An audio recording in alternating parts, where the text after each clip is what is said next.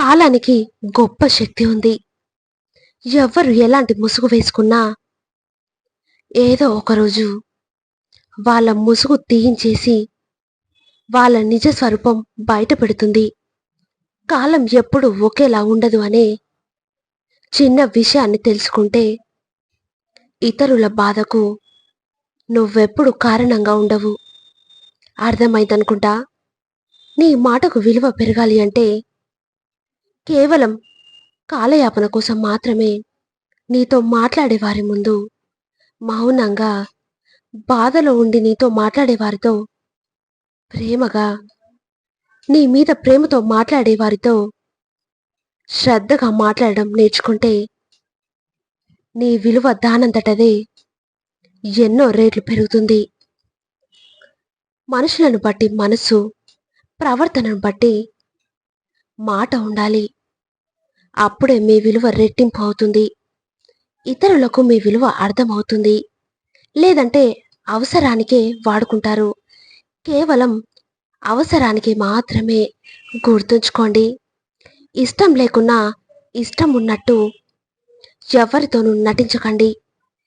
మీది కేవలం నటన మాత్రమే కావచ్చు, కానీ ఎదుటివారిది జీవితం అని గుర్తుంచుకోండి.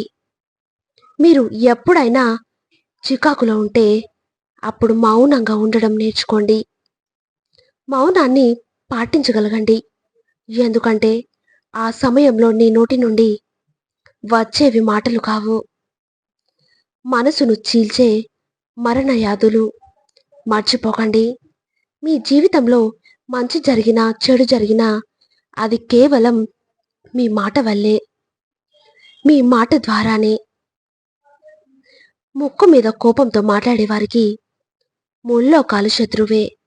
ఇక ఆవేశంతో మాట్లాడేవారికి అయిన వాళ్ళే శత్రువులవుతారు.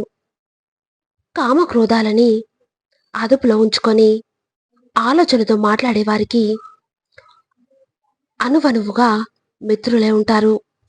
అడుగు అడుగునా సహాయం చేస్తారు. ఈ ప్రపంచం వారిని ఎప్పుడూ వదులుకోదు. వదులుకోవడానికి సిద్ధంగా కూడా ఉండదు. వారి పేరు కూడా ఈ ప్రపంచాన్ని వదిలి ఎప్పటికీ వెళ్ళదు. మనిషికి నాలుక అదుపులో ఉన్నప్పుడే మాట అదుపులో ఉంటుంది, బుద్ధి అదుపులో ఉంటుంది, ప్రవర్తన అదుపులో ఉంటుంది.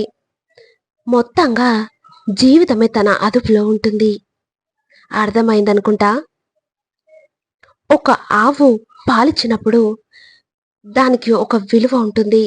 ఆ పాలను ఒకవేళ వేడి చేసి ఆ తర్వాత పెరుగు చేస్తే దాని విలువ ఇంకా ఎక్కువ అవుతుంది. అవునా? ఆ పెరుగును ఒకవేళ వెన్నగా చేస్తే దాని విలువ ఇంకొంచెం అధికమవుతుంది. అలాగే ఆ వెన్ననిక నెయ్యి చేశారే అనుకోండి, అప్పుడు దాని విలువ ఇంకా ఎక్కువ అవుతుంది. గుర్తుంచుకోండి. అసలు కారణం ఏమిటి అంటే ఇలా ఎందుకు జరుగుతుంది చెప్పాలా? పరీక్ష పాలను కాచి చల్లార్చి అందులో కాస్త పులుపు వేసి అప్పుడది పెరుగు మారుతుంది. పాల యొక్క అస్తిత్వమే మారిపోతుంది. అవునా? ఇక ఆ పాలు తన అస్తిత్వాన్ని మార్చుకునే సమయంలో ఎంతో నొప్పిని భరించాల్సి ఉంటుంది. అప్పుడే అది పెరుగుగా మారుతుంది. ఇక దాంతో దాని విలువ కూడా రెట్టింపు అవుతుంది. ఆ పెరుగును కవ్వంతో చిలికినప్పుడు అది ఆ బాధను భరిస్తుంది. ఆ తరువాత అది వెన్నగా మారుతుంది. దానివల్ల కూడా విలువ మరింత ఎక్కువ అవుతుంది. ఈ వెన్నను తీసుకువెళ్ళి వేడి చేస్తే కనుక అప్పుడది ఆ వేడి కారణంగా నెయ్యిగా మారుతుంది. దానివల్ల దీని విలువ ఇంకా ఇంకా అధికమవుతుంది. మనుషుల్లో కూడా ఇదే జరుగుతుంది. ఒక పని చేస్తూ వెళ్ళండి.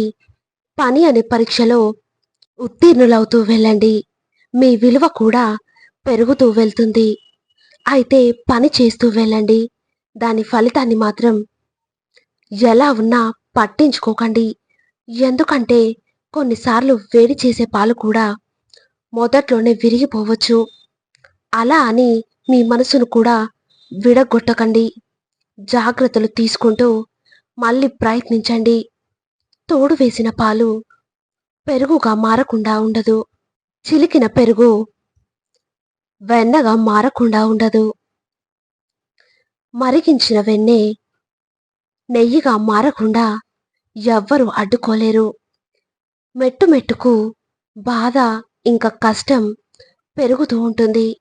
కానీ దాని ఫలితం కూడా అదే స్థాయిలో ఉంటుంది. జీవితంలో ఏదైనా చెయ్యాలి అనుకుంటే దాన్ని ఇప్పుడే మొదలు పెట్టండి.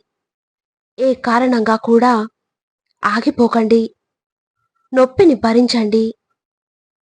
దుఃఖాన్ని సహించండి. ఎందుకంటే ఆ నొప్పి మిమ్మల్ని భవిష్యత్తులో సంతోషపెడుతుంది. ఆ నొప్పి మిమ్మల్ని గర్వంగా జీవించేలా చేస్తుంది. నిజమైన నొప్పి, నిజమైన దుఃఖం ఎప్పుడు కలుగుతుంది అంటే మీరు జీవితంలో ఏదైనా చెయ్యాలి అనుకుని చేయలేకపోతున్నప్పుడు మాత్రమే. గుర్తుంచుకోండి. ఆవు పాల వంటి స్వచ్ఛమైన మనసు, నిశ్చలమైన బుద్ధి ఉన్నవారికి సాధ్యం కానిదంటూ ఏముంటుంది?